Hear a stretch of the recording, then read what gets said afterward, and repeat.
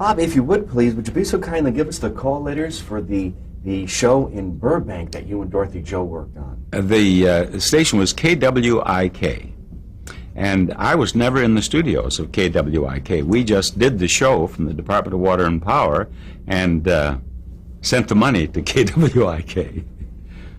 How important, it seems that Dorothy Joe early on spotted your talent as a great ad-libber in audience participation shows, but how important was the work relationship with you and Dorothy Joe as she did her voices and writing? How important was she to your career? Without Dorothy Joe, you and I probably would not be talking. I really believe that. She gave me the confidence to even try to do what I set out to do. As I said, I had no training for it, and I had no background for it. I had done nothing in the way of acting. I had not done anything in entertainment. And yet Dorothy Joe said, "You do this well enough." She said, "You're going to be able to do this," and gave me the confidence to try. And she didn't just urge me on. She worked right at my side. She taught school when we were down there in Florida for that year, but when we came out here, she never taught again. She worked with me. She produced the radio shows that I did. And she would write for them. She would write singing commercials to songs on public domain. And one of the features of our show, which were, it was something that we'd get big laughs with and have a lot of fun with, but at the same time it would make a point. She'd write a commercial, then during the warm-up, when I was selecting contestants, I would choose 4 ladies to sing this song. And I'd have the fun of having them go through the scale, you know, and establish that this is a commercial, but it's fun. And then they get up there and they'd sing it. And Dorothy Joe she took accordion lessons and went down here on Vine Street to the Musicians Union. She was so frightened when she went in, her hands were just like this, and she had to play the accordion at the union to become a union musician, you see. And these fellows must have been in a good mood. And Dorothy Joe was a pretty young lady. And she got her card, and so she could play the accordion on our radio show. But then, at Christmas time and at holidays, she'd get offers to come play the accordion, you know. And I always wanted her to do it, because here she'd be at Christmas time playing Clementine or something. But it was fun. We had a great time with it. And she was wonderful. She worked right along beside me. Made all these trips with me out in the hinterlands to do these shows, and she was great. And competition was fierce at that time. As you said earlier, there were 3,000 guys in town. That's right. You just knocked out 2,999 of them. Well, they were announcers. They were not hosts of game shows necessarily, or audience participation shows. But they were the announcers with these big, beautiful voices that I couldn't do, you know. I would have starved to death as a straight announcer in Hollywood at that time. Bob, now we're going to talk a little bit about television and your career, but before we do that, let's talk about, when did you first see or realize television? Well, I had a television show before I had a television set. That Your Big Moment came so early on in television that we didn't even have a television set as yet. We got one soon after that, I guess. But I can remember driving around Hollywood here, and there were people gathered around in front of the windows at the places where you could buy television sets, watching television, you know? And it just swept the country, as you well know, and moved very quickly. And soon after I got here, when I first came out here, I was interested in a national radio show. This was 1950. But by 52 probably, I knew that if I were going to work, it would be in television on a national scale. As a matter of fact, it wasn't too long before they stopped originating national shows for the most part. I remember when I first started doing Truth or Consequences, where they would take the audio from our television show and put it on NBC radio. But I don't remember them doing the big radio shows for very long after television got so popular. Boy, what's so great about the history of your career, you and Dorothy Joe knew in order to succeed, move to L.A., get radio. Now you did radio, get a show. Now you know with 52, if you're going to move forward, get a TV show. That's right. That's right. We set our aim on television and worked toward that then. And Bob, let's talk about some of your earliest work in television. I know you touched upon it, but I'll ask a few more questions here. If you would please describe your first show that you did, if you would be so kind, your big moment. Well, Your Big Moment was a talent show, and we would have men, women, we would have quartets. We had one quartet actually was very good. No one came out of the show and went on and played Broadway or anything like that. But we had some talented people on the show. We really did. And sometimes we weren't completely booked, and I can remember the producer going around to the bars in Hollywood where they sang, you know, looking for someone to fill in. And he found a group of fellas called the Doughboys, and they were fun guys. And the Doughboys came in World War I uniforms and knocked them dead. They sang beautifully. Bob, what TV station was your big moment on, if you can recall? It was on the NBC station. It's now called KNBC. I think then it was called KNBH, wasn't it? I believe. But it was the NBC station, the local NBC station. And I take it you were the regular host? Oh, yes. And how long was the show on the air for? I was on, I don't know, I was on a matter of probably 13 weeks or so, I guess. I really don't remember. There was another host who started it, and so the show was on longer than I was on it. But I finished it off. Bob, another early TV show now, Talent in High. Talent in High. Now that was Dorothy Joe and I. We developed Talent in High. And that was a good little show.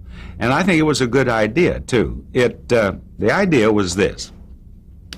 We took talent from all of the high schools. If you were in high school in the Los Angeles area, you could audition. And we would take talent. There wouldn't be one school competing against another or anything like that. It was talent in high. It was the talent in the high schools in our hometown. And we had some excellent performers on Talent in High. And that lasted probably 13 weeks, too. We used to audition right over here at what was then called the Fantasy Playhouse in La Brea. And we did it on what was then Mutual, Channel 9. Did Dorothy Joe like being involved in the show as the producer? Oh, yeah, she enjoyed it. She had a lot of fun. But she got along so well with the kids. You know, she had been a high school teacher, and she knew just how to handle them, and they loved her. Any run-ins with any stage moms? No. I'd always been warned about them, but I never had any problems with the stage moms, no. Do you recall any memorable acts from Talent in High? Oh, I'm going back so many years now. Since we brought up the name Talent in High, I've been trying to think of Shelton. That was it, Shelton. He was a world-class high jumper at USC. I think it was Ernie Shelton. He was a tap dancer. Be a high jumper, you're going to be long and lanky, and he was a good dancer. I started to say a good little dancer. He was a good big dancer. He was a good tap dancer. You're 2 years almost into L.A. now. You conquered radio. You're doing great with Dorothy Joe in producing, I take it owning and hosting your own show. Before we get to Truth or Consequences, what were some other television shows that you worked on before T or C? Before Truth or Consequences, I did Your Big Moment as a host, and I did Talent in High as the host. I did a few commercials. I did some for the, what is the big moving company? Starts with a B. I can't. Beacons. Beacons Furniture Sales Division. I did some of those. I did some television commercials for the Southern California Edison Company on the old The Man Called X. Do you remember that? And let me tell you, I think my hair started turning white right about then, because this was live television. I was doing live commercials. And I can't boil water. I can't cook. I can't do anything in the kitchen. And they had just come out with microwave ovens. And I had to prepare something in this oven. Well, I could get it prepared. I mean, it was prepared, but I could get it into the oven. Now I'm talking with you, and this is supposed to come out looking beautiful. Well, I'm living in terror as I stand there talking about what this beautiful thing is going to be, and then open it up, and what a feeling of relief if it came out looking reasonably good. But I did those, and that's about all I did on television before Truth or Consequences. Bob, it's the middle 50s now. Who were some of the men who you admired who were hosting either radio shows or at that time audience participation shows? Who were some of the guys that you admired? Well, one of my favorites then and all time was Bill Cullen. Bill Cullen was a top-notch host. I remember when I was back at KTTS in Springfield, Missouri, I was working at a CBS station. KTTS was a CBS station. And on my shift, a new show was introduced, a radio show by CBS called Winner Take All. It was the first show that Goodson Todman ever sold nationally. And it was the first show Bill Cullen ever hosted nationally. And of course, it was beautifully produced, as all of the Goodson Todman shows were, and Cullen was just top-notch from day one. And they went on and were associated on one very successful show after another. And Cullen had a great career, as did both Goodson and Todman. And I like Bill Cullen's work. I always admired Ralph Edwards' work. Ralph did Truth or Consequences beautifully. He did This Is Your Life, and probably is better known to a lot of particularly younger people for This Is Your Life. But Ralph, I used to listen to him on radio. He did Truth or Consequences on radio. In 1940 or 41, Truth or Consequences was the #1 radio show in the United States. And he did it on radio over a period of years, and then he did it on television in the early days of television, and then he started doing This Is Your Life. And he did This Is Your Life splendidly, but I always liked him more on Truth or Consequences, because on Truth or Consequences, Ralph is very bright, he's very funny, and he's smooth. He knows how to move into this and move into that, and here, enough of this, we've got all I can out of that, I'm going over here and do this. And he did that on Truth or Consequences. Just, it was a sight to behold. And I used to go down here on Sunset to what is now the local CBS studio, where they originated the big shows, the national shows originally. And I used to go and watch his warm-up. And Ralph did a great warm-up. I still do some lines that I stole from Ralph all those years ago. And another good one was Linkletter. Linkletter was good. He was good. He was very good with kids. And Jack Bailey, I mentioned Jack earlier. Jack was a splendid host. There were a lot of good ones. Boy, it's so magical that you were there with Cullen, and years later you would work with Mark Goodson and Bill Todman. You would admire Ralph Edwards and Mr. Edwards. I worked for Ralph Edwards, and I worked for Todman both. It's magical how the fabric was weaved, and before maybe you and Dorothy Joe didn't even know. Oh, well, we had no way of knowing. I had never met Ralph before Ralph called me, and I had never met Mark until he called me to do a show. And I feel that I worked for the to probably the two most influential figures in this type of entertainment. Ralph Edwards, when I started Truth or Consequences for Ralph, I was 32 years old. I turned 33, but I was 32 and Ralph was 42. He was born in 1913, I was born in 1923.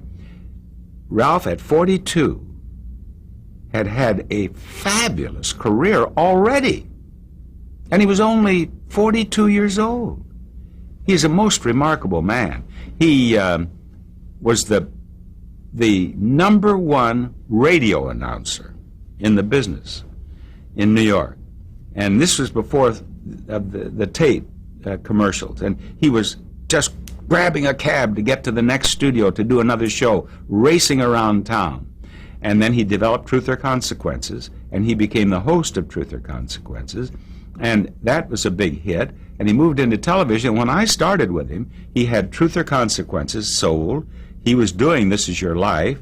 He had Bill Layden, who was another good host, Bill Layden doing It Could Be You. He had someone else doing Place the Face, and I don't know how many shows he had on the air. He and Mark Goodson practically programmed national daytime television for a while. Bob, let's talk about To Your Seat, but before we do, it's 1956. You're only in town 6 years. Competition is fierce because everybody wants to get into television. Art Linkletter wants to make the transition as he did in Cullen and all the gentlemen that you just said.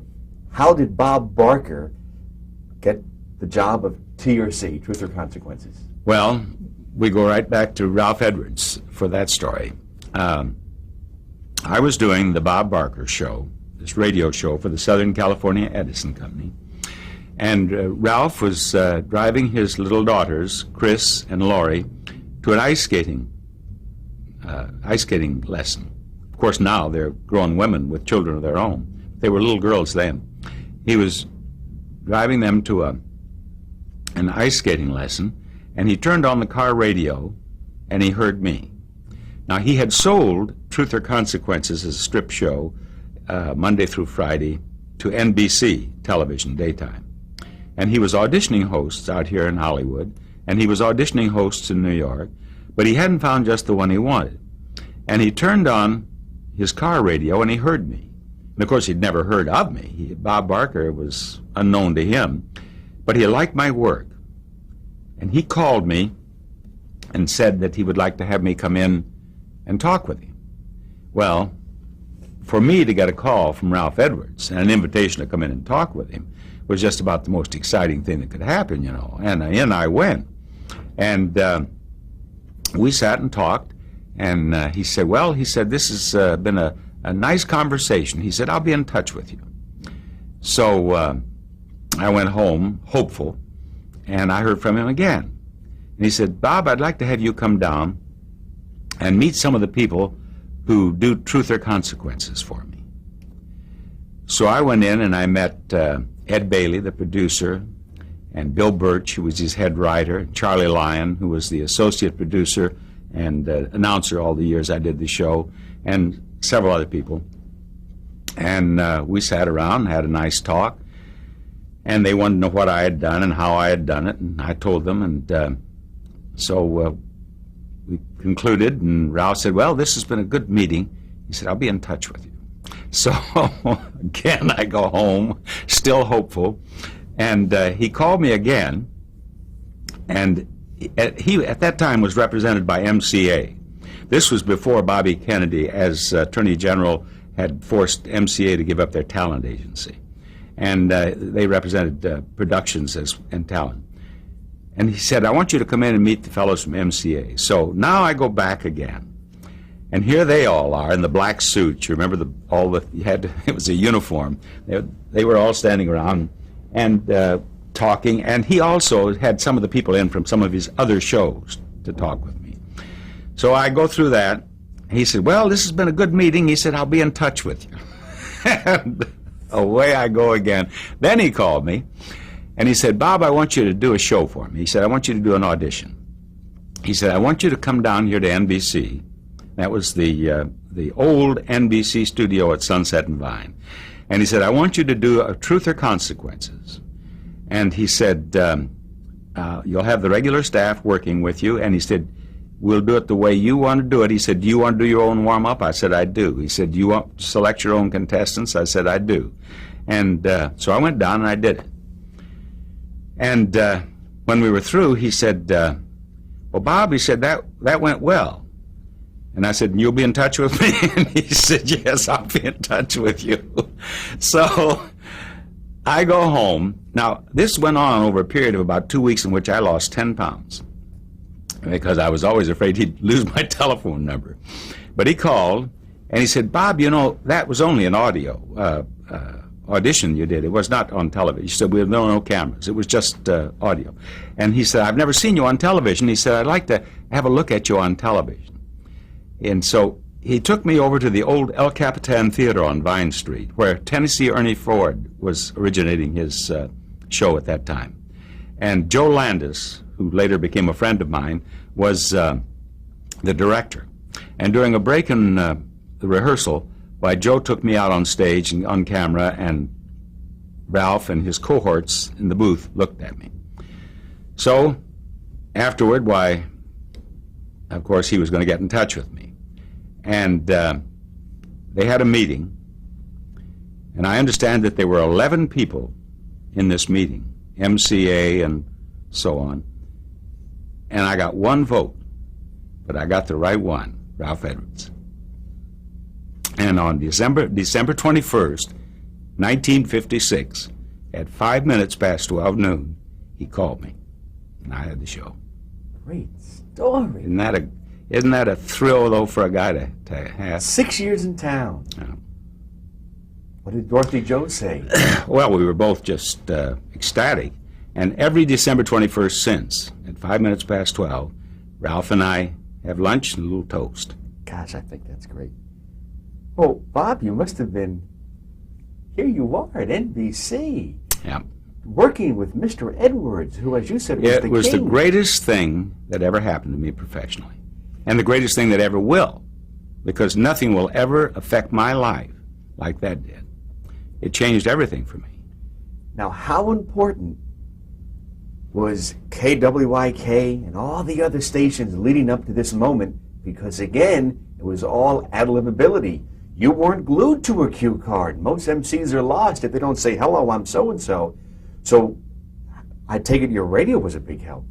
Oh, it was not going to happen if I hadn't had all that experience in radio. You see, I started there at KTTS in 1946. So in 1956, I got my national television show. So I had 10 years experience because I was doing audience participation shows at KTTS back there in Missouri from almost the beginning. I was doing shows from grocery markets. I was doing shows from drugstores, from movie theaters, from our own little studio. I did man on the street shows where you're just out there on the street with a hand mic live, and you're just talking with whoever comes along, and you have to make it entertaining or you don't survive. And then I did all those shows for the Southern California Edison over a period of 9 years. I did those for 2 or 3 years after I got Truth or Consequences. And I don't care how much natural talent you might have for audience participation. There is no substitute for experience. You have to get out there among them and do it. And you have to talk with a lot of people. It's not like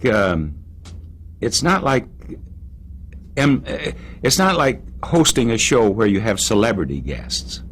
If you have an actor or a singer or a comic or an author or a politician, they're going to just flow and it'll be fine. But when you're talking with a businessman from Omaha, it's quite a different thing, or a housewife from Cleveland. It's a different thing, and it takes experience to do that. And you have to find out that you can get yourself out of these messes. And I did everything I did was live, and that I think is great. When you have never known anything except tape, you depend on tape, And it's so easy to say, stop tape. And you can't do that when you're on live. See, Bob, Dorothy Joe saw this, obviously, before you did, of how you have that ability, because you have flown and fly, if I said those words correct, today in 2000 without a net. Every day you're out there live, 1 hour, unscripted. And not only is your skill getting the people the way you did on Truth or Consequences and on Price is Right, but you also have to know 60, 70, 80 games? It's about 70, yeah. Well, I think that if you're doing only one game, or 70, one of the most important things for a host is to know that one game or those 70 games so well that they're second nature to you. You're not thinking about how that game is played. You're thinking about how can I have fun with this guy? Or how can I have fun with this lady? Or did she say what I think she said? Let's go after that and do something with that. And because all of these shows, well, I suppose with a few exceptions, they like the laughter. They want some laughter. And in our show, if you watch a Price is Right tape, you hear laughter just as if it were a situation comedy, because we want that. We want to have fun. And you have to be confident of your ability to play the game or games in order to relax and have fun. Bob, you're the Sinatra, you're the king of what you do. That's why you have 14 Emmys in the history books. In second place is another MC who has 5. You have 14. That's right. So your peers who are tough in this town know your talent. That's why year after year you keep winning the Emmys, because it's very difficult what you do. As I say, you fly without a net. Excuse me. Thank you very much. Bob, if you would please, let's describe the format of Truth or Consequences, because now we're still in 1956, 1957. Well, the idea of Truth or Consequences was really very simple. It was based on a game that Ralph Edwards had played as a kid. And you're asked a question, and if you don't tell the truth, you must pay the consequences. And of course, what made the show so popular was not the questions, although the questions were fun questions. It was not the question, but the consequence. And when I did the show, I did my own warm-up, and I selected my own contestants. And I would go over that house, and I would talk with them enough that I would be confident that I had found the best possible contestant for each consequence. And I didn't want to lose them, having them answer a question. So I would ask a question, and not frequently, but occasionally, they'd answer it. But suddenly I would discover that was a 2-part question. Here's the second question, the second part. And once, in all the years I did the show 18 years, once I had a fellow answer 2 questions. But would you believe it? That was a 3-part question. And I brought out another question for him. So when I chose you to be on the show, you were going to pay the consequences. That's funny. Bob, we're going to continue about TRC after we change the tape.